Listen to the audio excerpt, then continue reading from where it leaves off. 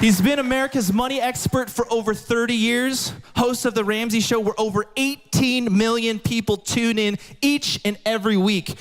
But those numbers are simply a byproduct of the number of lives that he's changed over and over for generations. He's brought hope, he's brought freedom, he's brought a message that changed lives, and he's gonna do that today. Nashville, I hope you are ready. I saw your 10 yesterday. I want you to take it to a 12 today, because who's starting us off right now? The man of the hour himself. Please get to your feet and welcome to the stage, Dave Ramsay!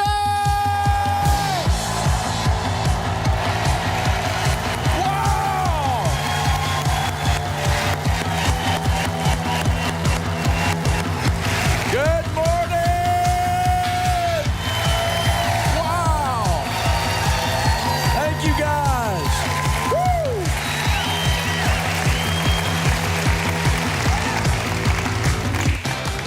So the strangest thing happened to me when I first started teaching Financial Peace University, and I started speaking in situations like this, and I'm on the radio. People would come up and they would go, "Dave, your stuff saved our marriage." Like, we weren't, the sex class was down the hall. We're talking about budgets and mutual funds. What the flip y'all are weird. What do you mean it saved your marriage? "Dave, I got on your plan, man. I lost 42 pounds. I'm like, "What? You're in the wrong class." "Dave, man, I was dealing with my depression. I was meeting with my pastor, my therapist, and I started doing all this stuff, man, and I feel so much better." I'm like, "Dude, this is not, wow." "Dave, I got a whole new job because I realized I needed to get out of debt and I needed more money, and I told my boss." Well, I did, and then I went and got another job.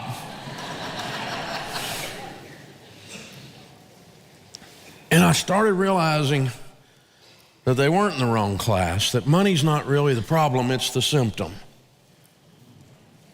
It's just all this other crap in our lives shows up in the checkbook, in a good way or in a bad way.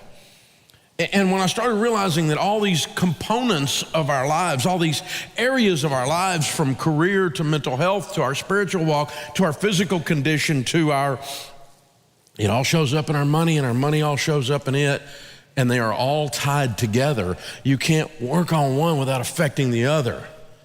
You can't work on the other without affecting the one. You can't just fix the money. You can't just work on it all works together. You can't keep it from bleeding over into each other, and really that's how this conference was born. Because instead of just doing money for 6 hours, I did total money makeover events for years in arenas with 10,000 people, and they were 6 hours long. God help you people. And so we started looking at it, we said, as we started adding Ramsay personalities and these different thought leaders in these different areas, and I've got friends in the parenting space and in the marriage spaces and the mental health spaces, the career spaces, and we started saying, hey, we can put together a thing where we can touch all the different areas of your life because they all are connected inextricably. You can't keep them from affecting each other. And so we've got quite the lineup today, the best of the best as far as I'm concerned. Some of the top selling authors, some of the top thought leaders, some of the people with the most popular podcasts and broadcasts in America today, they happen to be Ramsay personalities, and it's because they're very, very good at what they do. This is gonna be a wild and crazy and fun. You're gonna laugh, you're gonna be exhausted at the end of the day. Rachel Cruz is of course with us. George Camel is of course with us. Jade Warshaw is going to be doing one of our very first talks on this stuff this morning. So yeah. Dr. John Deloney will be talking about mental wellness, emotionally balanced. Yeah, bring it, John. Ken Coleman's going to be here talking about your career, your work, and making more money. And then I'll wrap up the day at the end if you don't leave. So we got a great time. We got a lot of surprises that are going to pop in, and most of them are good. So it's going to be a great, great day. There's a lot of wonderful things going to happen today. Don't miss out. So I've got an incredible team and about half of them are millennial and Gen Z. And they're the best on the planet. I mean, if you think millennial and Gen Z is a bad generation, you're completely wrong. Oh, there's definitely some participation trophy twerps out there, okay? But that's not, but I mean, the group on our team, we don't let them in the building if those people, the group on our team are the most dedicated, passionate, mission-driven. They're incredible. But sometimes, as the old guy, I get to teach them stuff, even if I don't understand their digital vernacular. So I came along and I was looking at one of these guys, and he was, I won't get into the details, but he was doing the stuff he was supposed to be doing wrong. And I'm like, hey, don't do it that way. And he's like, what do you mean? I said, no, here's how you do it. I'm showing him how to do it. And he said, yes, sir. So I come back about a week later, and the same guy is doing the same thing wrong again. The same way he was doing it wrong before. I'm like, man, we had this discussion. Hey, don't do it that way. There's a right way and a wrong way to do things. You're doing it the wrong way. This is the way you do it this way. This is what we do at Ramsay. This is how we do this stuff. Do it this way. And he, yes, sir. I come back a week later, he's doing it again. And I'm like, boy, we're going to set you free in Jesus' name. You're going to get this, or something's going to change here. And he looks at me and he says, well, I'm not like you. And I said, I know. I'm right and you're wrong. You need to be more like me. You don't have to be like me, but you got to do this. There's a one way to do it this way. It's the right way to do it. I said, you need to change. You need to change. Because here's what's happened to me in my life, probably happened to you in your life. We're walking the wrong way or running the wrong way. We're straight into trouble. Just got stupid flaming off the back of us. You know what I'm talking about? We're just strutting right into a mess. And God or life or something taps us on the shoulder and says, stop. There's a wrong way to do this and a right way to do this. Turn. Go the other way from stupid. Move away. Change. Now, in Christianity, we call that repentance. Stop and go the other way. Away from the things that are going to mess up your life. Away from the things that are going to mess up your future. Away from the things that are going to mess up your family tree. Change. And the cool thing is that we human beings have this incredible God-given right to just decide. I'm going to change. You ever met somebody just quit smoking? I just quit. I just decided. I'm talking to one of my guys in the technology area the other day. I looked up and half of him has disappeared.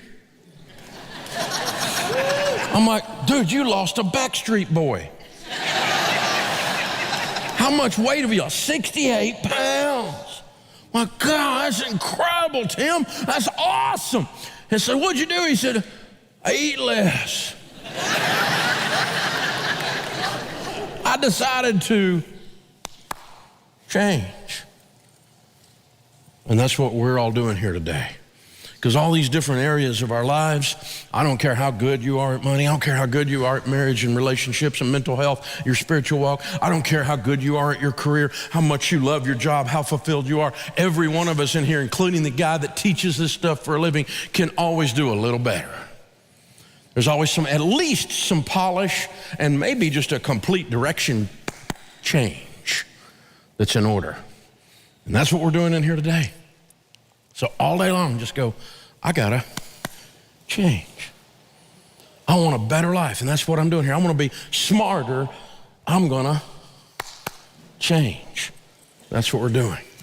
Martin Luther King said it this way. He said, if you can't fly, then run. If you can't run, then walk. And if you can't walk, then crawl. But whatever you do, you gotta keep moving forward. You gotta be on it.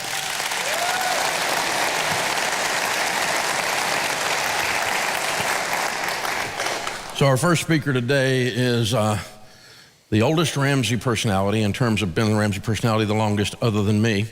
And absolutely incredible. 3, now 4, and we've got a project coming out this fall. You're gonna be blown away. And incredible podcast numbers. 3, now 4, #1 best-selling national books at an unbelievably young age. Very accomplished in the media. The camera loves her. She loves the camera. And I am so proud of her. She also happens to be my daughter. Welcome to the stage, Rachel Cruz.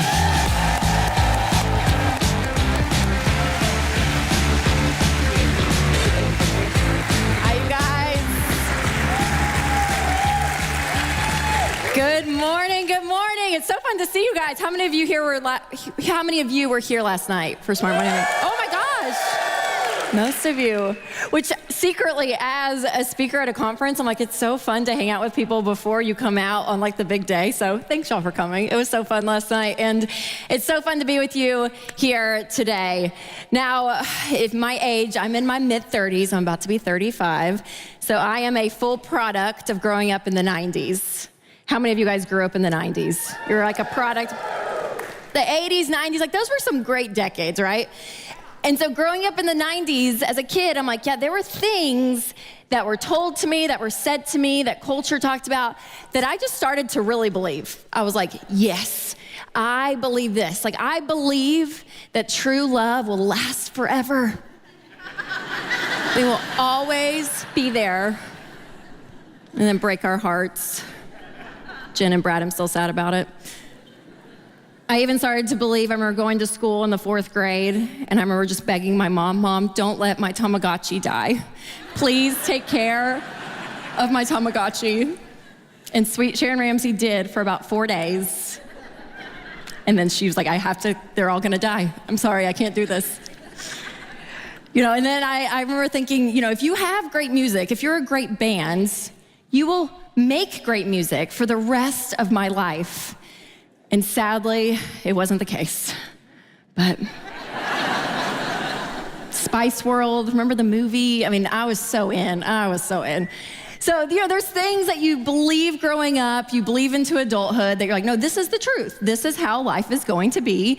This is what the world says, and I'm gonna just take it and I'm gonna run with it. And I don't know about you, but for me, the older I've gotten, the more life that I've experienced, the more I've started on my own to kind of sift through, okay, what is the world saying about this? And what do I believe? What is the truth? How is this actually playing out in my life? And some of this stuff, those examples obviously are very harmless and fun, but there's some stuff that we take and we really make it our own of what the world says and we run with it. And it ends up being really dangerous, and it ends up costing us a lot. And that can be in every area of our life, including our money. And what happens when we look at our money is that we have done what the world has said. And I see statistics and data all the time, you guys, all the time. About 78% of Americans live paycheck to paycheck. The average family has $16,000 in credit card debts. Money fights and money problems is one of the leading causes of divorce in America today.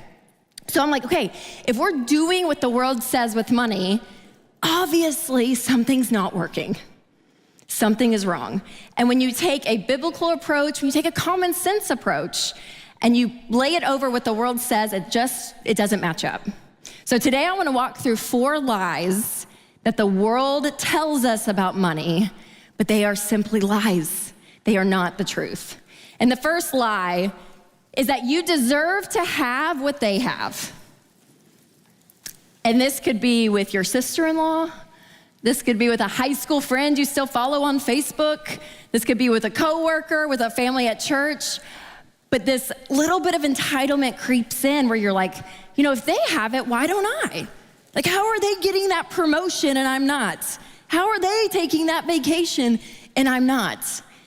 And what ends up happening is comparison starts to really creep in. And comparison is so tough in our world today because, you guys, it's everywhere.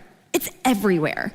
We were at the beach a few months ago with my family, and I have 3 kids now. Amelia, our oldest, just turned 8 on Monday. So she's 8, Caroline's 5, Charles is 3. And I remember before being a mom, this sounds kind of shallow, but it's just the truth. I would see moms out in public with kids and stuff. And I remember I was like, oh my gosh, I'm gonna be that kind of mom. You know, oh, she's dressed so cute and all the kids are matching and like, oh, they're just adorable. She's so patient.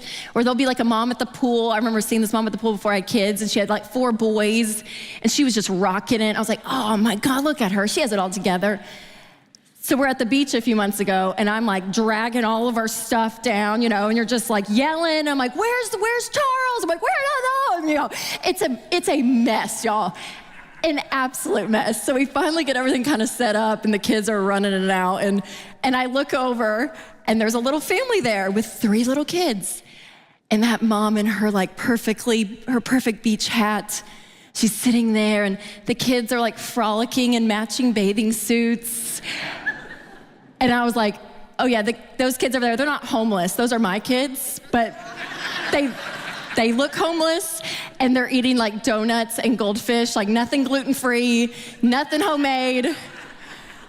And this mom, everything was just so nice, right? And I just kind of laughed at myself. I sat in the chair and I was holding Winston's hand and I looked over at the mom and, you know, we kind of smiled.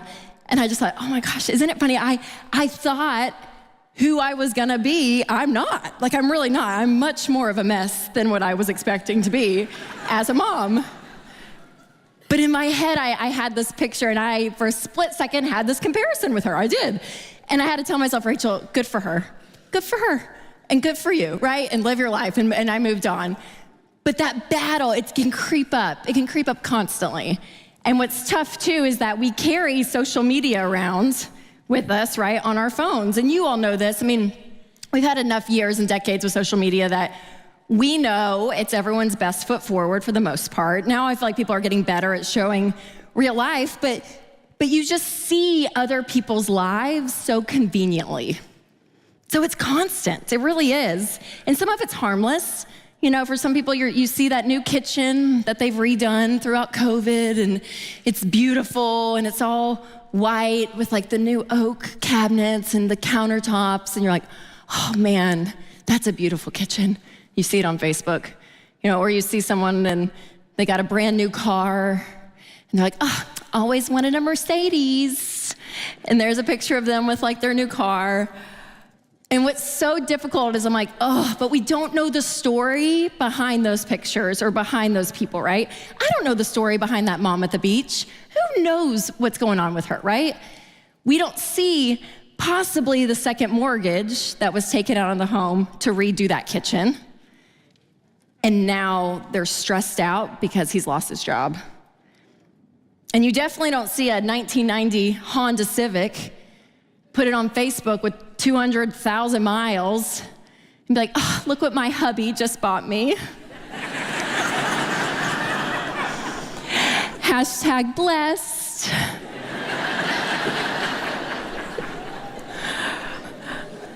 No, that's not what you see, but y'all, that's real life, isn't it? That is real life. And so I love what Craig Groeschel says about comparison. He said, comparison either makes you feel inferior or superior, but neither honors God. So either way, we don't win. So I have learned, you guys, to put the blinders on, because what happens in our world today, thanks to debt and the avenue of debt, is that you can run that comparison lane and you can get all the stuff, the cars, the kitchens, the vacations. You can get all the things people have, even if you don't have the money, as you walk down the avenue of debt. And we know what Scripture says about debt, don't we? That the borrower is slave to the lender. And you guys know the Ramsay story, probably most of you well enough, but I was born the year my parents filed for bankruptcy. And so starting off truly my entire life from the moment I was born is understanding that even though this is so normal, you guys, this is so normal in our world today, what it ends up bringing is so much pain. It ends up bringing a lack of choices and a lack of freedom. And so what happens with this is that this is wrapped all throughout comparison, because we live, again, in a world that you can get what you want when you want it. thanks to comparison. And in Matthew 6:24, it says, no one can serve two masters. You'll either hate the one and love the other, or you'll be devoted to one and despise the other. You cannot serve both God and money. So there is a truth to kind of disconnect this idolization we have of other people's lives and lifestyles and focus on you. Focus on you and your life and your money. So how do we beat the game of comparison? How do you walk through life when it creeps in? Because it will, it's natural. What do? Well, the first thing I have found is just to be grateful. Gratitude is the antidote to comparison. When you are grateful for what you have, there's something powerful that happens in your soul because you acknowledge the gifts you have in your life, the blessings that are going on, and you focus on that. In a heart filled with gratitude, there's not a lot of room for comparison and discontentment. So gratitude is huge. And once you're grateful and you're grateful kind of for what you have, you're able then to look up and look at other people and look at the world around you. And humility starts to set in. And I love what Rick Warren says about humility. He said, humility is not thinking less of yourself, it's thinking of yourself less. And humility, really, out of that comes a heart of giving and serving because you're able to have the capacity in your soul to do that. So when you're grateful for what you have the ability to look up and look at others and have that humility. And I really think that leads to contentment. And contentment is powerful. It is not laziness, it's not apathy, but it is a peace within you. Godliness with contentment is great gain, Scripture says, and I believe that. People that are content, you guys, they're the ones that can win with money. People that are content will sacrifice their lifestyle to get out of debt. People who are content will be able to give. People who are content will save. Contentment is so powerful, and it helps you beat comparison. So when the world says, hey, you deserve to have what everyone around you has, the truth is that contentment will bring you a much richer life than comparison. The second lie the world says is that you don't need anyone else. You do you. You run your thing, you go. It's up to you. And there's this independence in America specifically, which can be good, but I think we've kind of gotten to this unhealthy balance that independence is so applauded that you don't need help. You do it on your own. Go. And what ends up happening is this idea ends up leading you into isolation. And we saw this in a really real way during COVID and what isolation does to the human spirit. When you don't have people in your life, you guys, you become isolated. And when you become isolated, what ends up happening are these lies that start creeping in and you think, I'm the only one. I'm the only one who's living paycheck to paycheck right now. I'm the only one that's scared that I'm gonna lose my job. I'm the only one who hasn't started retirement. I'm the only one. And that shame sets in. Isolation is so damaging in every part of our life, but even with our money. So bringing people into your life is so huge. Having community around you. And so that lie that you don't need anyone else, the truth is that you were made for community. You were made to be with people. In Genesis, it says that it is not good for man to be alone. So for those of you out there, I want to encourage you on the friendship side, have great friends. Now, close to half of Americans have 3 or fewer close friends. And when surveyed, this is so sad to me, but 1 in 10 people say that they have 0 close friends. So get people around you. Now, if you are married in here, how many married people we got? Yes. Okay, if you are married, this means that first person we're talking about is your spouse. So working together with your spouse when it comes to money is so crucial. It is so crucial. We touched on this a little bit last night during our recording, but it is imperative, you guys, that if you are married, that you work as a team, that you work together. You combine your checking accounts and everyone freaks out about. But what that is to me, I'm like, this is just a sign that you say, hey, I want you to know me. I want you to know me, and I want to know you. And that's very vulnerable, that's very scary, but what happens is you start to say, hey, I want to connect with you on a much deeper level and have a level of trust that we are together and we're working out of the same playbook on the same team. And again, this independence that our culture is like, no, you have yours and he has one. You don't need to depend on a man. She's crazy. She's going to spend all your money. It's like all this stuff. But I'm like, oh my gosh, we miss such an opportunity with our spouse when we don't come together. And I get that it's hard. Hear me say that. This is hard. And if you're not used to it, it is really scary. Because guess what, too? Opposites attract. So one of you's a saver, one of you's a spender. Who are the savers in here? You savers, yep. Who are you spenders? Spenders. We're so fun, aren't we? We are. One of you, loves to do the budget and you're so excited to track your every dollar transactions in the app every day. And then the other one's like, oh yeah, we have a budget, don't we? Kind of forgot. And Winston and I are the exact same way. We are so opposite in how we even relate to money. We joked about it earlier, but I am not a detailed person. I'm just not. I don't know. I don't notice things always. I'm not very detailed. I forget stuff. I'm just a little bit more of that free spirit.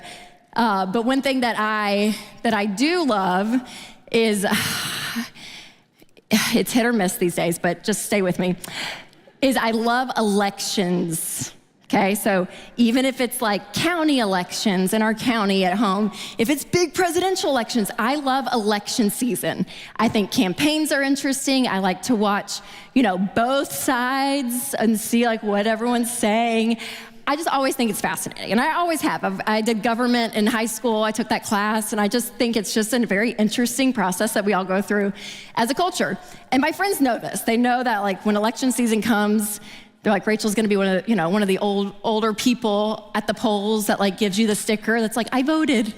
That's gonna be my retirement. I'm totally gonna be that lady at the polls. But there was a documentary out a few years ago on Anthony Weiner. And Anthony Weiner, he was a congressman, but then decided to run to be mayor of New York City. Okay, this was years ago. So during his mayoral campaign, he's going around Manhattan, he's campaigning, and he has a film crew that's following him during the campaign to do this documentary. Well, halfway through the campaign, everything hits the fan because all this stuff starts coming out about him, like really bad, evil, not good stuff. And he still lets them video conversations that are happening, and his wife is Huma, who's like connected to Hillary Clinton. Like it's all just this mess. And we get to watch it. We get to watch it. And my friends were like, Rachel, you gotta watch this documentary. You're gonna love it, you're gonna love it. So I go and I can't find it. It's not for rent, so we have Comcast. We still have Comcast, I know, we do. And they had it you couldn't buy it, that's what it was. You could only rent it. And to rent it, it was like $19.99. It was like $20 to rent. And I was like, oh, that's kind of stupid, but I'll take it out of the Rachel line item in the budget. It'll be fine, right? So I rent it, I watch it. It was great, very interesting whole thing. I didn't even think twice about it. Well, about 2 weeks later, I come home from work and Winston's in the kitchen on the phone and he's like, no, absolutely not, no. And I was like, who are you talking to? And he was like, Comcast. And I was like, oh, yeah. Winston and Comcast have like a thing of like twice a year. Twice a year, there's conflict between Winston and Comcast, so this was it. So I was like, okay. I was like, okay. And I just hear him, no. And he was like, we are absolutely not paying for this. No. He goes, I swear to you, no one in this household bought a movie called Wiener. And I was like, I did. I was like, I did. And he was like, what? And I was like, it was a documentary about a politician. I was like, oh my gosh. But we did, Winston, I did. And he just said, oh my gosh, I'm so sorry, ma'am. My wife bought the Wiener movie. And I was like, oh my gosh, no. True story.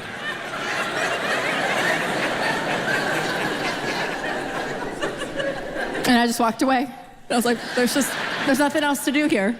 Nothing else to do here. So after I got the phone, we had a laugh about it. And he's like, babe, why didn't you tell me? I go through every bill And every line item of every charge, I was like, I know, I forgot. You were that person, because I don't think about that stuff. So yes, we are opposite, and it is what it is, but working together, you guys as a married couple, so key. So key. And if you are in here and you're single, let me just tell you, have someone in your life. Have someone in your life that you can talk to about numbers, which is real scary, real vulnerable, but show them everything, tell them everything so that they can walk with you. Honestly, if it's just you and it's tunnel vision, having someone else speak into your life and speak into your money situation is so important. So work together. So when the world says that, you can do this alone, you don't need anyone else, the truth is that you were made for community. So walk with people. The third lie is the world says your net worth is your self-worth. And this is tough because money is the one area of our lives that we have a number to. There's a number when it comes to our money. I could tell you that, I'm an amazing life, but there's not a number to that. I could tell you, motherhood is like really tough right now, but there's not a number to that. But your money, there's a number, and it stares at you. You see it constantly. The number in your investments, the number in your checking account, the amount of debt that you carry, that number is always around. And what happens is that number becomes who we are. So I want you to absolutely take that apart, because that is not true, okay? There's a lot of people in here, and let me tell you, none of us are perfect. None of us are perfect. None of us are perfect in any area of our lives, including our money. So we all make mistakes. And again, what happens with money is those mistakes, they seem to follow us around when we stare at those numbers. So I want you to unplug that, you guys. Do not let your net worth become your self-worth. So mistakes and even your wins can become your identity. It's amazing. People that get out of debt and they take a long journey of getting out of debt, they look up and they're like, oh gosh, we don't even know what to do anymore because our identity was so in that thing. We were so focused on it. So again, making your net worth not become your self-worth. So never put your identity in something that can be taken away. So if your identity is that number in your checking account, if your identity is the car that you drive, if your identity is the type of house you live in, the clothes you wear, if your identity is in stuff, you guys, that's a dangerous place to be, because that stuff could be taken away, which means who you are in life, where you are grounded in your identity and who you are, can be taken away. So ask yourself those questions. Where am I placing my value? Where am I placing my identity? And I can tell you as a believer, I'm not perfect at it, but man, knowing that I am a child of God and walking in that and believing that gives me a foundation that can't be shaken.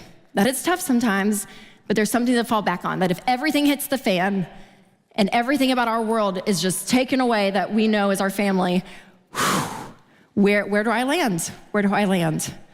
So asking yourself that question. So when the world says that your net worth is your self-worth, the truth is that your worth is beyond the stuff that you have and what your bank account says.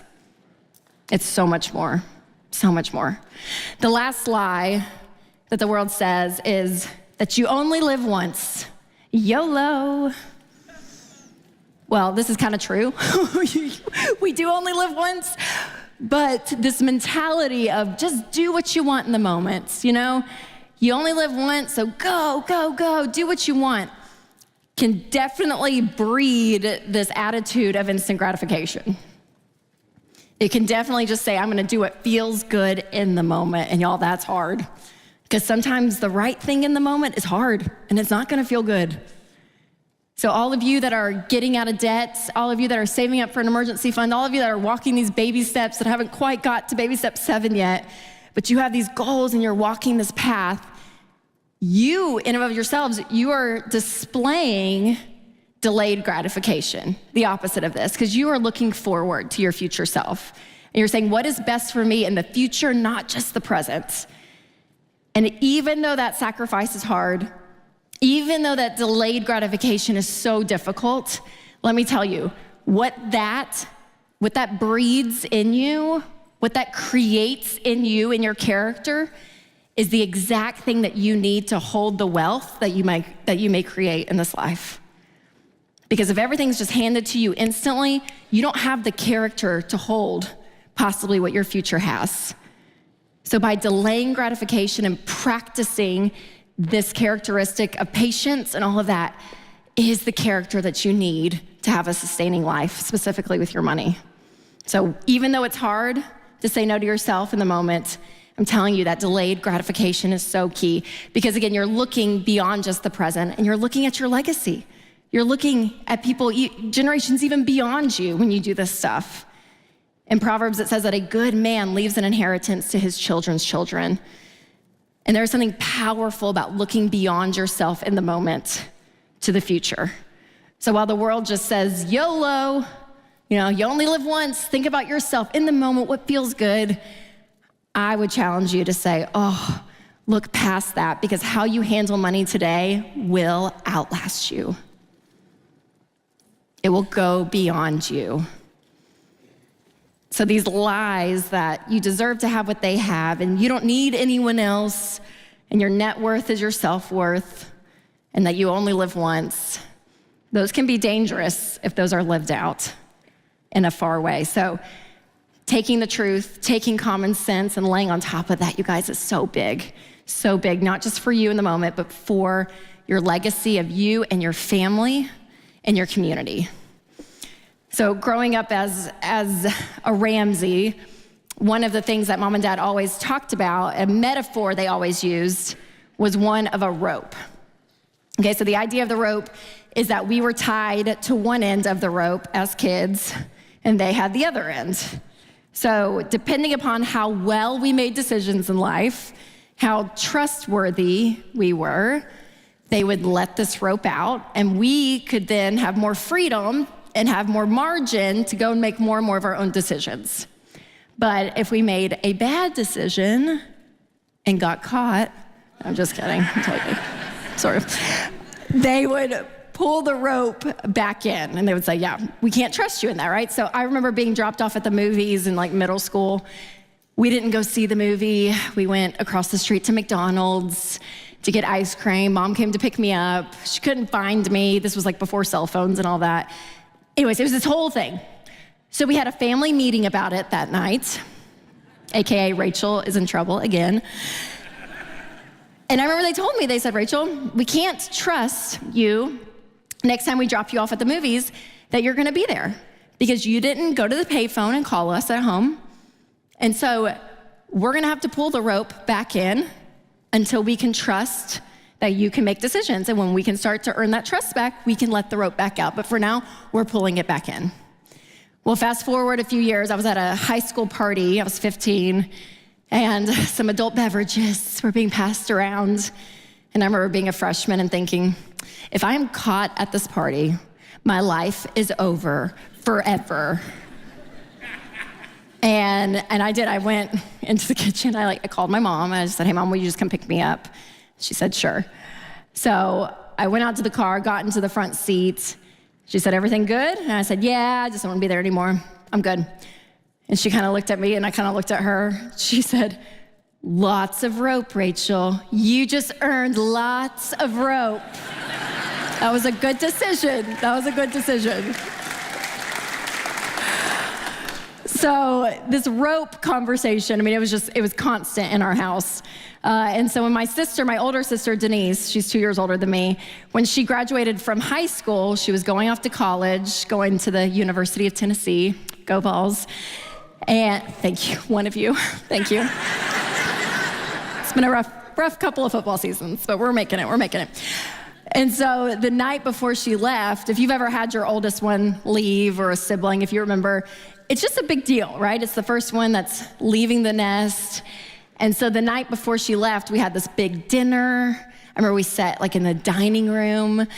We ate off the fancy plates that you only eat off for Christmas or Thanksgiving. We had cloth napkins, right? It was this whole setup. Mom made this massive meal, and we all sat around the table, and we were laughing and crying, telling stories about Denise, It's like she was dying or something, but she wasn't. Just moving 2.5 hours away.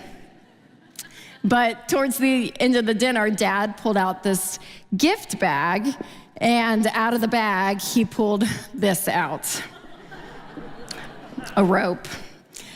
And he said, Denise, our rope in Nashville does not reach to Knoxville. It's not long enough. And so tomorrow, you move away and you really become an adult. You know, your day-to-day decisions now, they're up to you. You got to make them. We're not here to catch that slack. You're going to have to learn really to become an adult, and that starts tomorrow. And he tied different ribbons around the rope, symbolizing different areas of her life. So red was for her academics. Orange was because she was going to the University of Tennessee. Go Vols. Purple was for her spiritual walk. White was for her purity. And yellow was if she ever needed to come home.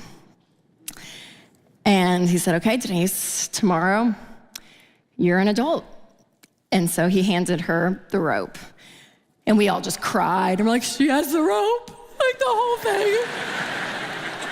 She's never coming home again. Now, I'm the middle child of the Ramsey family, so the neglected and abused child. And then, yes. I heard the pain in there too, and I get it. Like, I so get it. Yeah, so, true story, the night before I went to college, we had pizza. On paper plates. And I remember going off to bed and going up the stairs, and I just heard Dad scream through the house, Rachel! And I was like, what? He was like, oh, you need a rope, don't you? Yeah.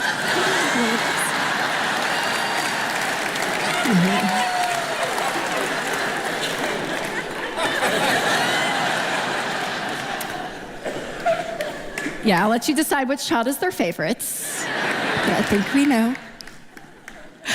No, but I look at this rope as kind of my legacy, you know, of parents who were not perfect, but were intentional with us. And I'm telling you, I'm so thankful that they handed me this legacy versus this legacy.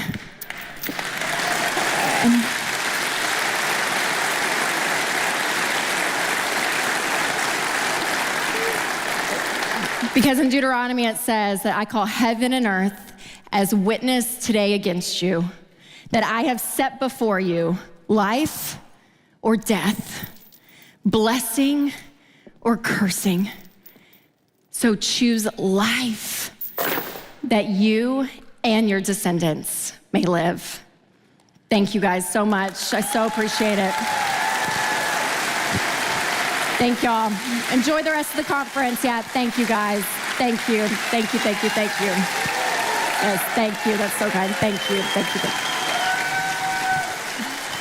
Let's give it up for Rachel Cruz.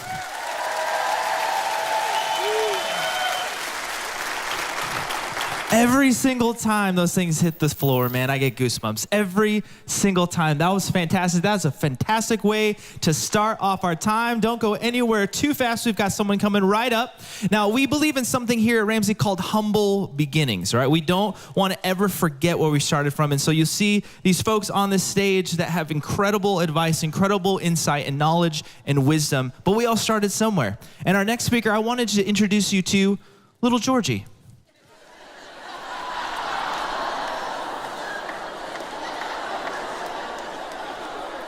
Right? Fun fact, that was actually the same bowl that they used for dinner to get that line right across the front there. Now, George is kind of the poster child for Ramsay. He started as an intern in our marketing department, and over the course of 9 years has stepped into every opportunity to serve this place that serves millions of people. And through that, he's been able to take part in so many incredible things like the Fine Print podcast. You've seen him on the Smart Money Happy Hour, which we got to see yesterday, as well as a brand new YouTube channel that has launched just this last week. He's a regular on The Ramsay Show and just crushes it. He's also been nominated for Husband of the Year. It's a self-nomination, but it's still a very strong one. So if we're ready for this, folks, this is an incredible talk. This is going to be an incredible time. Would you please make a bunch of noise for George Camo?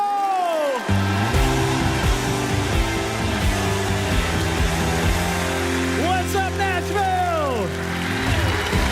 Wow. Too kind, too kind. Well, you were assuming it, and now you know I am, in fact, an incredible husband. Here's what incredible husbands do. The other day, I wake up. My first thought, before anything else, how can I bless the socks off my wife today? And so I remember her SUV's low on gas. That's the kind of stuff you remember when you're an incredible husband. And so I go, I'm gonna be the hero she deserves, the hero she needs, and fill up her SUV with gas. And I go to Costco, as one does, to save 37 cents a gallon. Where my Kirkland Signature fans at? Make some noise! I have that sweatshirt in 2 colors with matching sweatpants. And my wife will not let me wear them in public because she's a good wife. The only club you'll ever catch me in is a wholesale club. I'll tell you that right now. So on my way to Costco, I'm doing my good deed. I decide to treat myself. And so I stop by Starbucks and I go through the drive-thru and I get my favorite bevy. It's a Grande Nitro cold brew because a tall is much too small. It's a farce. You would think it's a big drink. It's tiny. Now, a normal cup of coffee, 70 milligrams of caffeine in a normal cup of coffee. The Nitro Grande cold brew, 280 milligrams of caffeine straight to the main vein, unleaded, unfiltered, pure American caffeine.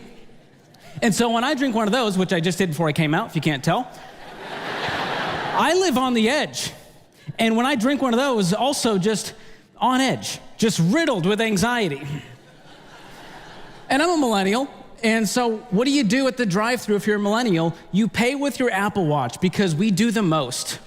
And so I have my little Starbucks app and I raise my wrist out like a tiny king to the barista, who I'm sure wants this transaction to be over immediately. And I drive away with my Nitro cold brew, not really feeling the pain of the $5.76 I just spent, which is absurd. It used to be $5.25, and I'm paying attention. So I take a sip, and I feel a tingling in my right molar. And I remember my friend Tyler was telling me his kids just had to get 4 cavities filled, and it cost $2,000. Made me want to throw up. And here's the worst part. They have to put kids under anesthesia to get these cavities. And so I start to get worried. What's their definition of a little kid, and how close is it to little adult? And what if it's worse? What if it's a root canal? God forbid, a crown. You know why they call it a crown? Only royalty can afford those things. Anyway, I soldier on, I make it to Costco, I pop into the club to see what's poppin', I head to the bread. I lead a gluten-free lifestyle. If you can't tell, it's how you get this physique. That's right. My gluten-free gladiators out here representing. And so I go to the bread and I realize gluten-free bread is now $4 more than regular bread. It's insane. No thanks, Tom Hanks. I'm not falling for that. And so I'm like, we could do lettuce wraps. I'll adjust. Okay. So I head to the romaine. It's now $3 a head. Thanks, inflation. And I could settle for iceberg, but we all know that's peasant lettuce. So I spring the extra dollar like a baller. I get the romaine and I keep moving. Next up, TP. Now, we can all admit it's been a weird couple of years for TP. It had a good run during COVID, didn't it? Back when you were lucky to find one on the shelves and you were scared about going the wrong way down the aisle because you might get tased.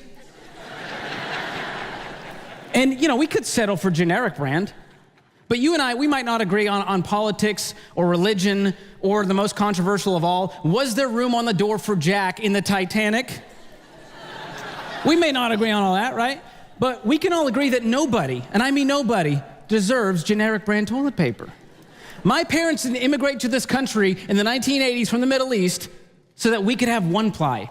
Life is too short and that ply is too thin. I'm not doing it. And here's the thing, they try to confuse you with the toilet paper math. Big TP is out to get us. I took college trigonometry. I still don't understand how they come up with this math. The 6 double is the 12 regular, but the 7 giant is 13. Okay, you carry the 2. Divide by the square root of 7 and you get a migraine. Okay, very helpful. I've had it up to here with your potty math, Charmin. Not today. And so, as a giant nerd, I did the math. I started Googling in Costco going, what's the real math behind this? And I did it for you so that you didn't have to. You guys want to hear the toilet paper math once and for all? I have ranked Charmin toilet paper from worst to best. Ready? Take notes. That's why we have room. 6 double rolls somehow equals 12 regular rolls, okay? But then 6 giant rolls is 14 regular rolls, all right? But then 6 great rolls is 17 regular rolls. And then I think they just got some kids in the marketing meetings to go like, hey kids, what should we name the next one? And the kids were like, double plus. Or like, okay, double plus is 19 regular rolls. What's bigger than double plus, kids? Mega. Okay, 6 mega rolls is now 24 regular rolls. What's better than mega if you're a kid? Mega plus. Okay, 6 mega plus rolls is 27 regular rolls. And then if you're a kid, what is better than mega plus? Super mega. 6 super mega rolls rolling in at 36 regular rolls. So if you take nothing else away from this talk, remember that super mega is the best bang for your butt. That's it. So after about an hour of math, thank you, people really appreciated that. It took me way too long. It was on company time, don't worry. So I soldier on to the rotisserie chicken. And that's why, you know why they put it in the back? Because you gotta pass by all the other crap that you're gonna buy. So I'm fighting carts, I'm fighting unaware kids, I'm bumping into them, they're wandering around Costco, who knows where their parents are. And I get the chicken, and on my way to checkout, what do you get stopped by? You get accosted by the free sample carts. And they're always run by like a cartel of 78-year-old women who have somehow escaped from the old folks' home. They're very sweet. You can't say no to them. It's like saying no to a Girl Scout. And so I get suckered in, and I leave with a jar of pepper jelly. I've got a gallon of hummus. I got a metric ton of enchiladas on my way out. But get this, I still check out for under $100, which if you've been to Costco is a Christmas miracle. Yeah. And on my way out, we're not done yet. We see the greatest inflation hedge of all time. The Costco hot dog with a 20-ounce drink, ringing in at $1.50 for over 30 years now, despite inflation. It's amazing. If you want to solve inflation, Costco hot dog and Pepsi for president in 2024. They've got this thing figured out. I don't know what's in there, but it ain't meat. I'll tell you that much. So I finally get to the gas line. It's what I came there for. But I have another life or death decision to make. Which line do you get in the Costco gas line? Do you choose the longer line that has 4 little sedans? Or do you choose the shorter line, but it's got a pickup truck and a Suburban with a sticker that says bless this mess and one of those family decals that has 2 parents, 5 kids, 2 dogs, and for some reason a chicken? I get it. Egg prices are out of control. You gotta get your eggs where you can these days. So again, I'm doing the math. The pickup truck's got this many gallons, the sedan, and I choose the sedans. And as I sit there, I start to wonder, isn't my time worth more than 37 cents a gallon? Thank you, it is. What is my time worth? What is my life worth? All of this effort to save $5 when I just sampled my way into spending $100. Am I just a pawn in the big wholesale scheme? Or maybe this is a lesson in patience. Is the Lord testing me? Am I the modern day Job? Is that why I'm experiencing the pain of a Costco gas line? And why does God allow good things to happen to bad people and bad things to happen to good people? And which one am I? I snap out of the existential crisis because people are watching and it's getting awkward. And so it's finally my turn to get gas, and I realize I'm on the wrong side. And so I take the hose, which is like 98 pounds. I'm doing this maneuver, finagling it into the tank. And that's when I have the most depressing realization of all. I didn't drive my wife's SUV today. I drove my Tesla.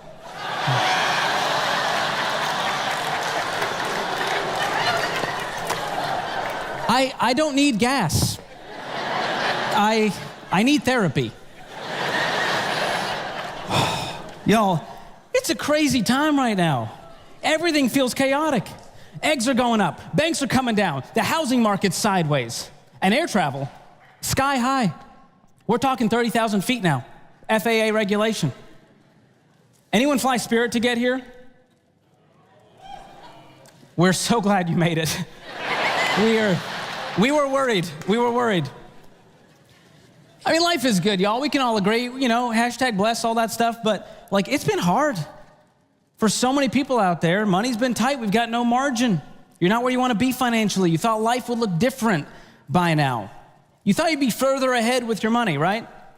We all thought, well, in a couple of years, things will get better. And here you are, still struggling. 7 out of 10 Americans living paycheck to paycheck right now. And you're feeling out of control. You're running 1,000,000 miles an hour. You're doing the best that you can do. You're trying to stretch every dollar you can, but it's stretched thin thanks to your bills, inflation, your lifestyle, your payments, and you're feeling stretched thin too. And it may feel like this money anxiety is always gonna hang over your head like a dark cloud. But I know, and you know, we weren't meant to live like this. We were made for more than just survival. So the truth is, when it comes to money, you can go from stressed to hashtag blessed. Now, if you're over 40, it's not a pound sign. It's a hashtag. We've co-opted it, and you must write it into your blank in your workbook. I'm a millennial. My love language is trolling. So what does it really mean to be blessed, right? We've kind of overused that word. It's kind of lost its meaning. Well, to me, it means freedom. It means you have peace. It means you get to live life on your terms when it comes to your money. And I remember what it feels like to be stressed with money. 2013, George was a totally different guy. There he is. Don't laugh, that's a normal photo. And behind that gentle emo smile and that single-use disposable H&M cardigan was a guy who was frustrated. He was anxious, he was hopeless. He felt screwed by this financial system. He realized that if you follow the trends, you fall for the traps. And that guy had just graduated from college with $40,000 in debt between his student loans and his credit cards. Because he was told, go to school at all costs, work hard, we'll figure it out, we'll take out the student loans, get the credit card to get your credit score up. I wanted everyone to think I was winning. But I was frustrated, anxious, hopeless. And so what do? Well, I realized my plan sucked, so let's try someone else's. And not just any plan, but I'm talking about the Ramsay baby steps that over 10 million people have now followed to get out of debt, save for emergencies, and build wealth. And so I said, why not? Let's give it a shot. So if you're unfamiliar with the baby steps, I'm gonna fly through them real quick. They're in your workbook as well if you're in the room. Baby step 1, save $1,000 in a starter emergency fund. Then we move on to baby step 2, pay off all of the debt except the house using the debt snowball method. Once we're out of debt, we move on to baby step 3. We're gonna fully fund that emergency fund with 3 to 6 months of expenses. Then we're ready to invest because we're done paying for the past. Baby step 4, invest 15% of your household income into retirement. Now we can start saving for our kids' college fund so they don't have to be shackled with the burden of student loan debt. And then once we got that plate spinning, we can move on and pay off our house early. How about that? And then we're at the pinnacle, living and giving like no one else, building wealth and continue to be outrageously generous. How's that for a plan? It'd be mine, that's for sure. And so many of you have followed it. I've heard your stories. Y'all went from making dumb money mistakes like me to now having paid for houses. And following these baby steps, I paid off that $40,000 in consumer debt in 18 months. I got my emergency fund. I started investing. I met my wife at Ramsay Solutions. We drank the Kool-Aid and it was good. And so when we got married, we started off our life debt-free with a pile of savings. So we put a huge down payment on our first house together, a 15-year fixed, over 20% down. We pre-decided to attack it with a vengeance because we thought, what would it be like to not have a house payment in our 30s and to be able to live and give like no one else? And so we paid off $165,000 in 26 months and became debt-free in December of 2021. Thank you, Jesus. I'm a debt-free dog dad. So here's the thing, if we can do this, you can too. I went from a negative net worth in 2013 to a baby steps millionaire in 2023. Yo, I'm not special. I'm just like you. Just shorter. That's the only difference. And so many of us see money as an obstacle. So how do we move from money being a stressor to a blesser in our lives? Well, it comes down to one magical word, and that is margin. What's margin? It's just breathing room. Breathing room in your bank account, breathing room in your life. It's space, it's cushion. It's knowing your card's not gonna get declined at the grocery store. It's knowing you can cover the car repair without going into debt and having to turn to American Distress to pay for it. It's seeing a money need among your friends and family, and instead of just offering up thoughts and prayers, what if on top of thoughts and prayers, you could leave an envelope of cash at their door? How cool would that be? It's moving beyond just living paycheck to paycheck, going from surviving to thriving, because you're not getting by anymore, you're getting ahead. So how do we get this margin? Well, it involves some math, but it's a lot simpler than toilet paper math. It's an easy formula. It's kind of mind-blowing. Spend less plus make more equals margin. Thank you for coming to my TED Talk. You guys have been wonderful. Now it's easier said than done. This takes sacrifice, compromise, living on less than you make, getting out of debt. So I'm gonna fly through some tips on both sides to help you find that margin, and I'm gonna show you what it looks like when you put it into action in a budget. So let's talk about spending less. This is a big one. Where do we overspend the most? That's right, just look down at your belly and that's where we overspend. It was that easy. So we gotta start here. Let's change up our grocery store. Maybe instead of Publix or Whole Foods, we go to Aldi. All right, we got some Aldi fans. Hashtag not sponsored. But they're known for super low prices on anything. And I know you gotta bring a little quarter to put in the cart, and you gotta bring your own bag, and there's only one person working there, and it's like a NASCAR pit crew, they're just throwing crap in your cart, and then you gotta bag it anyways. But hey, it's worth it for the cost savings. People save hundreds of bucks just by switching the grocery store. And it's not just where you shop that matters, it's how you shop. How about we plan? Like, I'm not talking about like vegan CrossFitters meal prepping, I'm just saying like, don't just willy-nilly walk in there and grab crap based on your emotion and hunger level. Research what's on sale, create a list based on that, and stick to it. Avoid the end caps, the floor is lava, this is a bank heist, you're in and out in 7 minutes, no one saw you. It's that simple. And next up, we gotta shop generic, except toilet paper, we're a Charmin family. Everything else, we can go generic, right? Swap, get this, the name brand cereal, put the generic brand cereal in the name brand cereal box, your kids won't know the difference. They're not that sharp. And by the way, they have your DNA. What does that say about you? So shop generic. Let's talk about eating out. This is a big one. Americans love eating out. We gotta have it. Who's got the time to cook and clean? Let's have someone else do it for us. Now, if you're in baby step 1 through 3, you're working on paying off debt, getting that emergency fund, you don't even have to worry about this one. It's gone, because we got priorities, and eating out's not one of them. We got chains to break free from. And if you're in baby step 4 through 7, it's still a good idea to cut back. The average cost of a meal right now is 15 to 20 bucks. The average cost of a meal at home per serving, 4 or 5 bucks. So what you're telling me is, by choosing to eat out, you're willing to spend 4 times more for the privilege and the luxury of the entertainment. That's all it is. And like my mom always said, there's food at home. Learn to love leftovers and your life will change forever. And besides food, there's another budget buster out there, subscriptions. Y'all, we have subscriptions for our subscriptions. It's insane, we're addicted. We got all the apps on our phone. We have cable. We got Apple TV, YouTube TV, Netflix, Hulu, HBO Max, Disney Plus, Peacock, Spotify, Apple Music, Amazon, Audible, Birchbox, Peloton, Paramount Plus. Goodness, are you broke yet? It all adds up. So if a subscription is not changing your life, it might be time to cut it. And here's a pro tip for my iPhone users out there. If you take out your phone and you go to settings, click on your name, and click on subscriptions, you're gonna see all the crap you didn't even realize you were paying for. So hit cancel on those subscriptions, and you're gonna find some margin right there in your budget. And Android users, it's also really simple for you. Take out your phone, throw it away, get an iPhone. It's simple, it's easy, anyone can do it. It's fun for the whole family.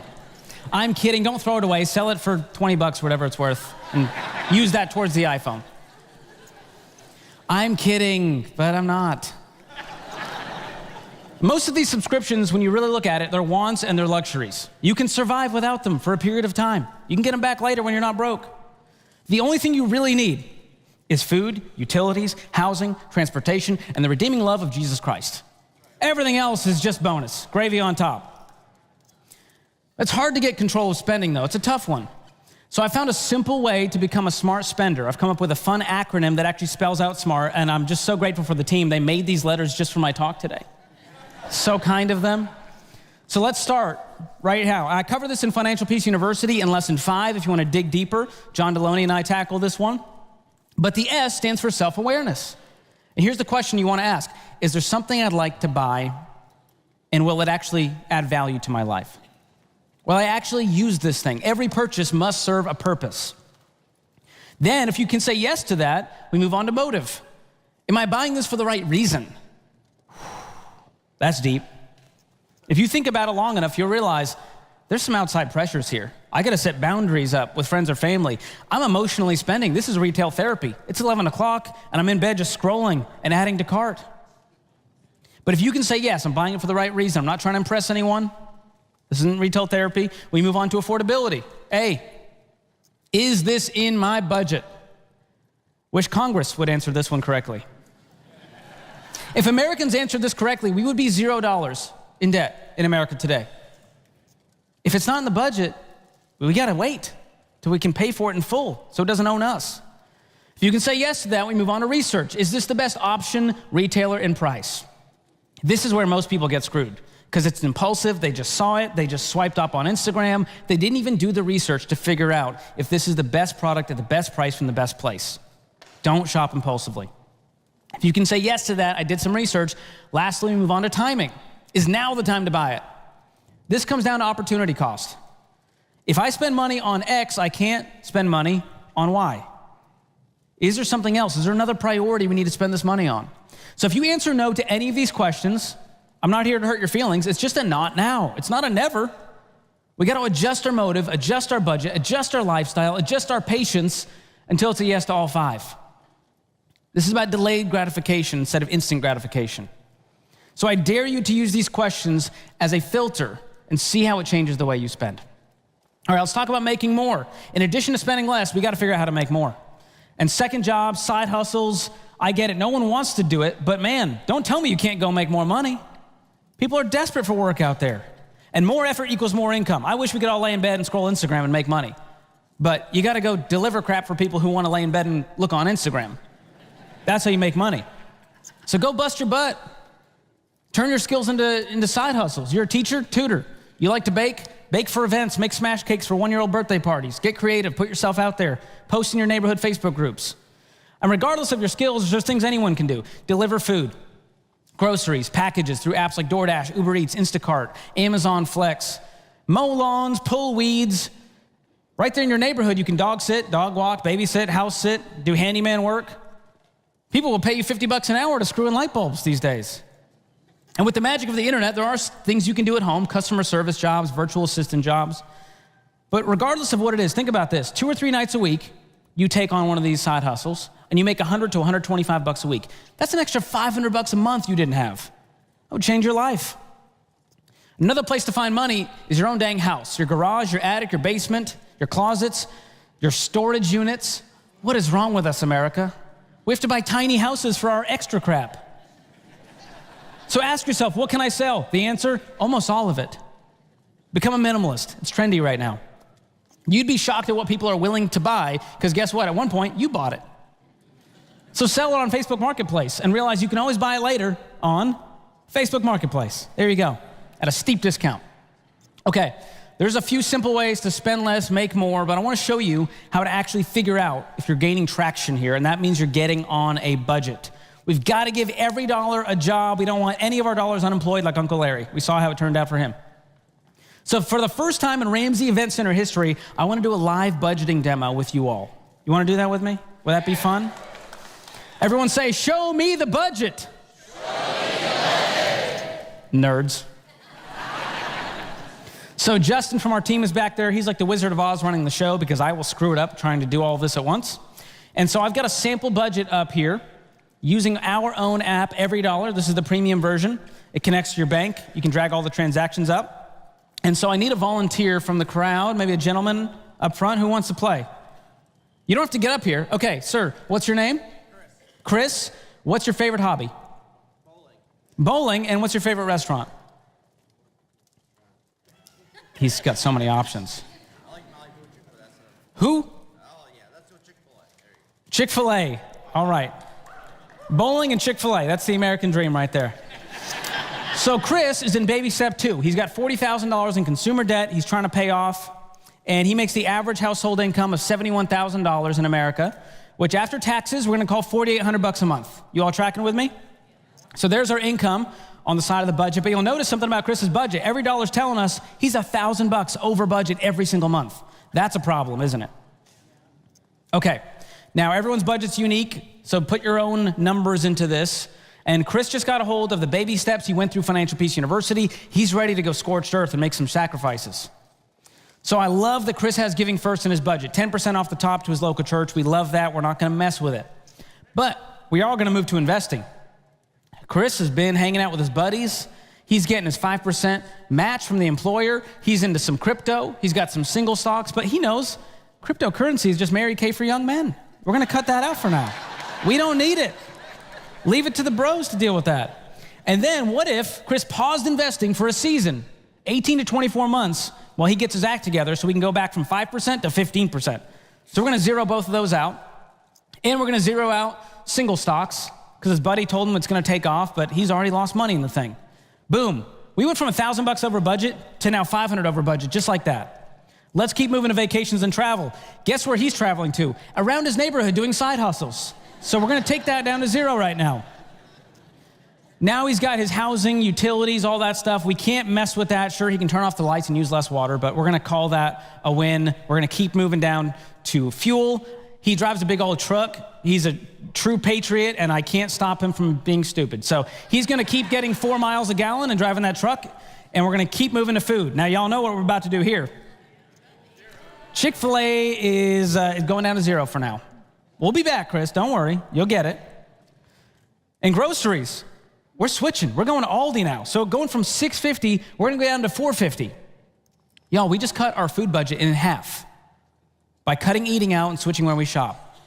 We're gonna keep our household essentials. He's gotta have a Charmin, that's fine. But y'all, look what already just happened. We're up $325. We were down $1,000. Already a $1,300 swing, just making a few tweaks. Now his lifestyle. Chris has got quite the life. He works out. You can't see from here, the dude is ripped up. And so he's going to the fancy gym with the hot towels and the sauna, but he's gonna switch over to the judgment-free zone of Planet Fitness, going from $70 down to $10. Boom. Love it. And he's got too many subscriptions. So Chris, which one do you want to keep? What one do you want? He's got Netflix, he's got Hulu, he's got Spotify. He can only keep one. He's a Netflix man. You like Stranger Things? No. Here's a strange thing. Get out of debt, my guy. We're not watching much Netflix anyways. Everything else goes down to 0. We'll keep the cell phone and we'll keep fun money, but we're gonna take it down. He's only gonna go bowling with the guys for league days. So it's gonna go down to $50 a month instead of $100. But y'all, look what happened. We were down $1,000, now we're up almost $540. And what's next? We've got some insurance. We're gonna keep that. We love that he's got his auto, renters, health, life insurance. We love that. But now he's got all this debt to pay off. Credit cards, student loans, the car loan. But we have $500. Now we can pay off some debt with an extra $500, but wouldn't it be nice to have a little more than that? So what if we make more? We're gonna go back up to that income side, and he's picking up that side hustle. He's pretty handy. He's mowing lawns, and he's gonna make an extra $500 a month doing side hustles. And he's got some old bowling gear as well from his old days when he was a more youthful man that he's gonna start selling to make an extra $75 a month. And look what just happened, y'all. We have over $1,000 now to throw at the debt. That's called margin. And we're gonna use that to pay off some of this debt. So go back down to the debt. We're gonna knock out this credit card using the debt snowball, smallest balance to largest, and within 2 months, that first credit card's knocked out. I did the math, trust me on these numbers. Credit card 2 is knocked out in 3 months. And then a few months later, 4 or 5 months later, student loan number 1's knocked out. Now he's moved on to student loan number 2. 8 months later, that one's knocked out. That's the biggie. And finally, we've got this big old car payment on the truck, and 5 months later, the car's paid off. My man Chris is completely debt-free. Look at that. Yo, look at what just happened. We were in the negative by $1,000. Now we're up by $2,000. That's a $3,000 swing in an 18 to 24 month process. You can breathe again. That's what margin's all about. Now you can save for that fully funded emergency fund in baby step 3. Now you can increase investing from a measly 5% to 15% and actually retire with dignity when you want to, instead of work because you have to. And now that we're on track for retirement, we can start saving for our kids' college. So they're not mad at us when we graduate with $40,000 in student loan debt. Now we can save for vacations with cash instead of hoping we have enough credit card points and figuring out how that math works. Now we can pay off the house early. So y'all aren't calling the show going, I'm 78 years old and I still got my mortgage. No, Chris is gonna be completely debt-free in his 40s with no house payment. And we can give more. That's what it's all about. When you're not worried about your bills, you can worry about other people's bills. How about that? That could change some lives. That'll make you cry on social media when you watch those videos. You can bless people with outrageous generosity. You can leave a legacy. You see, margin puts us in a whole different place. And not just with our money, not just financially, emotionally, spiritually. Debt has a weight on our shoulders, on our lives, and when we have margin, we can look outward instead of inward. We can look for those opportunities. And for the very first time, if you do this stuff, you'll feel like you're in control of your money instead of it controlling you. And with more margin in the bank, you got more margin in your life. You can focus on things that really matter to you. You've got more time and money than you've had in years, maybe your entire life. You're more present with your family. You're more focused at work. You're a more generous person. That's what it's all about. Money's just a tool to get us there. I don't care about money. I care about what it can do for my family, for my community, for the kingdom. Here's what you got to realize. Margin gives you options. And options gives you freedom. And freedom, that gives you peace. And that peace, that gives you joy. And all of that leads to a more meaningful life, a life well spent. God bless you guys. Thank you so much.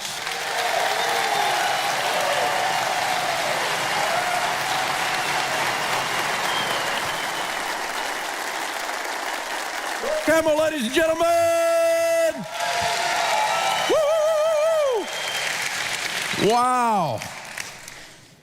You know, none of us like going through hard times. But if you're gonna go through a time that sucks, you might as well get something out of it, right?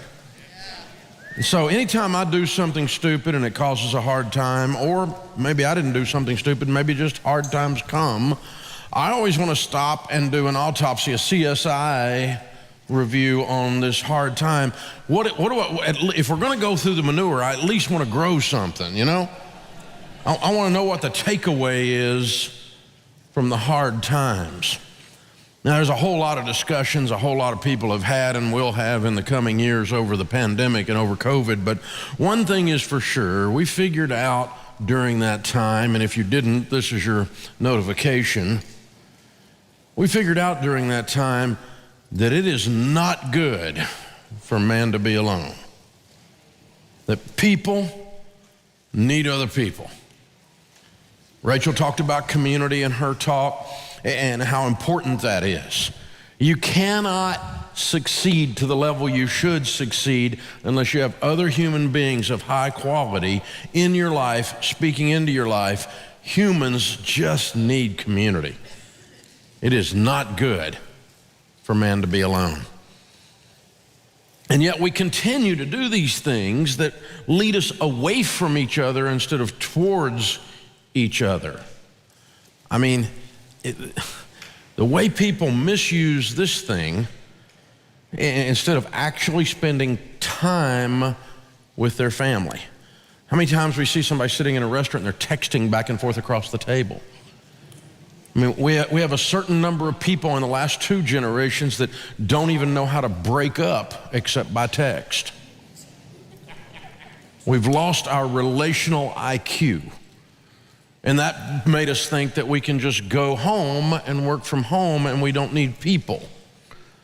We won't have to deal with people if we work from home. Now, work from home works for some people in some situations, but the data's starting to come in that overall, the concept is a colossal failure because people are more creative, their bodies function better, everything is better when we're with people. And people are messy, it's not easy, but you know, it turns out that we need love from each other. We need accountability and encouragement from each other. We need information from each other that you just don't get with a screen or Netflix, that you just don't get with a Zoom call. You're just being in the presence with other people is absolutely powerful stuff. So the Noom, if you don't know what that is one of the most successful online apps right now for weight loss. It has been blowing up. And they got to digging into it because weight loss has a lot of the same characteristics, some of the same aspects to it that handling money has, because personal finance is 80% behavior. It's only 20% head knowledge. And Noom was looking at all the AI things that are going on right now, and all that stuff is blowing up. And they started figuring out that the thing that they were doing that was the most successful was connecting people with people. Connecting people with each other. Made all the difference in the world. And their CEO even came out last week and said that. It's pretty crazy, y'all. So he said, we were arrogant. We have the best AI tech. AI tech? He said, it's freaking humans. Empathy, love, passion. People need people. That's a direct quote from the CEO. And this is now about a $700 million company. And it's all about humans guiding other humans, working with other humans, helping other humans. This stuff is, I really do believe, I've been talking to our team, I've been talking to business people in leadership conferences. I really see a whole new wave as a reaction to the overuse of screens, a reaction to the pandemic quarantine crap, a reaction to that. I see the pendulum swinging way the other way, and I'm calling it a relationship revolution. I think humans are going to really be seeking out other humans. We either learned that very top of mind, but at least down in our soul, we recognized that was missing, that it's absolutely essential. We realize how disconnected we've become as a culture. So today we're doing something we've never done before. How many of you guys have been through Financial Peace University? Raise your hand. Oh, wow, look at you. Okay, very cool. Well, there's basically three kinds of folks in this room or watching us online. We've allowed a free online watch for the first couple of lessons this morning. And if you're watching online or you're in here and you've been through Financial Peace University, you either need to help someone else go through it, or you flunked and you need to go through it again. That can happen. Or you're in here and you haven't been through Financial Peace University and you need to do it. As George said, now 10 million people since we started teaching this have been through Financial Peace University. It is by far the largest class on handling money, but it's not the class that matters. The information's really good. The videos, we just redid them all. It's George and Deloney and me and Rachel, and we're teaching, and it's some of the best videos, some of the best production values, and really concise and in-your-face stuff. They're very entertaining. They're everything you need in a lesson, but the lessons aren't enough. The magic of Financial Peace University is people. Because when you get plugged into a class, whether you're virtual or online, or you get plugged into a physical class at your local church or a local Financial Peace University class, you have a small group discussion then that those people are going to encourage you when you're scared, or they're going to bust you when you think you got it figured out, because you ain't got it figured out if you're arguing with me. There's a whole lot of stuff I don't know anything about, but this I got down, and if you don't agree with me, you're what's known as wrong.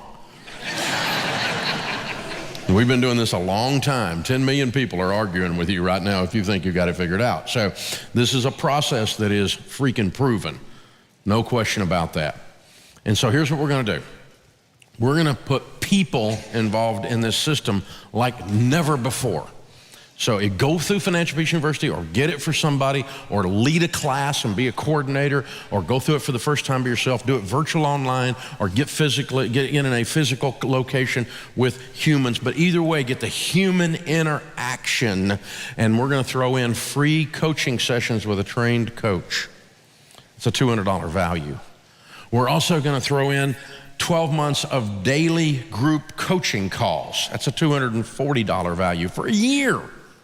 You have a coach right there in your corner daily. Every dollar the Every Dollar budgeting app that George just used, the premium version of that hooks to your bank and is $60 a year, $60 a year value, and it automatically then downloads your debit card usage and lands in your budget, so you don't have to post it in your budget. It makes it very, very easy to do. And of course, Financial Peace University, which is typically $79 just to go through the class itself. Yeah, so when we add all of that up, we're also going to throw in the Baby Steps Millionaire book, which is my latest #1 bestseller. And that's a $579 value for all of that stuff. Today, whether you're in this room or whether you're watching online at this moment, by the close of business today, it's off. But for this 24-hour period, or for this 12-hour period of time, you can get it for, this is ridiculous, $69 for the whole thing. All of that. And here's what's cool. If you're one of these people that's going to buy it and give it away to some other people while we got it on special, we're going to let you do 2 for $99. So I was we did a similar special with the 2 for $99 at an event the other day, and I was talking, and a lady at the back goes, "Is it okay if I buy 20? We're like, "Yeah, definitely. We can make that happen for you." She said, "That's Christmas, I'm done." Just gonna give everybody, because they get a book, they get the bundle, they get the financial piece, they get the coaching, they get every dollar, it's a $500 value for $69. I mean, it's unbelievable. You've never seen anything like this. So it's pretty incredible. So if you're watching online, you can scan the QR code or you can click the link. If you're here in the room with us, the guys in the lobby will take care of you. It's very, very easy to do. And don't miss out on this. This is an incredible opportunity. Honestly, we spend more than this on pizza. And if you follow these steps and you get completely out of debt, what's that worth? If you follow these steps and get completely out of debt, and that causes you over the next 7 to 12 years to become a Baby Steps millionaire, that means this class was worth $10,000. That's what it means. The problem is some people aren't gonna do it. You'll buy it and put it on a shelf. You know, my books are the most overused coasters on coffee tables. Until somebody crap hits the fan and they go, "Well, I guess I better read it now." You know, but it's been sitting there for 12 years with dust on it. Mama gave it to me for Christmas. I guess I better get it out now. But yeah, that's okay. These things have a delayed effect. They bloom when they're supposed to, you know? So, hey, but hopefully they'll bloom right now for you guys. If you'll plug into it right now, I promise you, if you will go through this, that the few dollars that you spend, that you're gonna make 100x rate of return over the years minimum. Because again, I don't know how to do much else. This stuff, we've got it dialed in. If you follow this process, the typical family is out of debt in 12 to 18 months, except their home. They build their emergency fund. They start saving 15% of their income into retirement. And somewhere around the 12th to 14th year, they typically hit their first $1 million of net worth. Home is paid off on average in 10.2 years. And this is where we see them land. The house, the 401k, the Roth IRAs start getting full, and they become what we call Baby Steps millionaires, what this book is about. This happens all the time, and it happens to people you would never think it happens to. I want to introduce you to a couple of my friends. They're just absolutely incredible people. George and Lisa.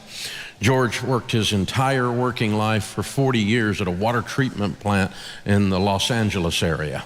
And they were introduced to us. They were already doing pretty good, and then they came through Financial Peace University in 2012, I believe was the year, and then just 5 years later became Baby Steps millionaires. It is a pretty incredible story, and it happens all the time. George and Lisa, they're regular folks that did extraordinary things and got extraordinary results. Watch George and Lisa. Hey guys, I'm Jade Warshaw. I'm one of the personalities here at Ramsay Solutions. And real quick, before we show you that video, I want to challenge you. Do not let the fire that you feel right now end here. You can break the cycle of money and stress, and Financial Peace University is your next step. And you guys, you're getting the same deal that Dave just mentioned. It's FPU, the Every Dollar budgeting app, financial coaching, Baby Steps millionaires, all of that for only $69. Can you believe it? But it's only for today. So guys, those principles that are in FPU, it changed everything in our life. This money journey, it was not easy, but we did it. I'm talking about my husband, Sam, and I paying off a ton of debt. And the key is believing that you can get out of debt. You can build wealth. Your belief is the biggest influence over your success. It doesn't matter what your income is. It doesn't matter what's standing in your way. Believing that you can break that paycheck to paycheck cycle is the first step to making it happen. It's so important. So remember that video that we promised? I want you to check this out because George and Lisa, they're proof that anyone can change their life and their future. I told my wife, I'm thinking about retiring. I'm run the numbers, see what she goes, well, if you want to, you think you're ready? I go, yeah. I thought, let me calculate this. Let's check out your 401k, how much is in there. And I told him, I think we're a millionaire. I didn't believe her.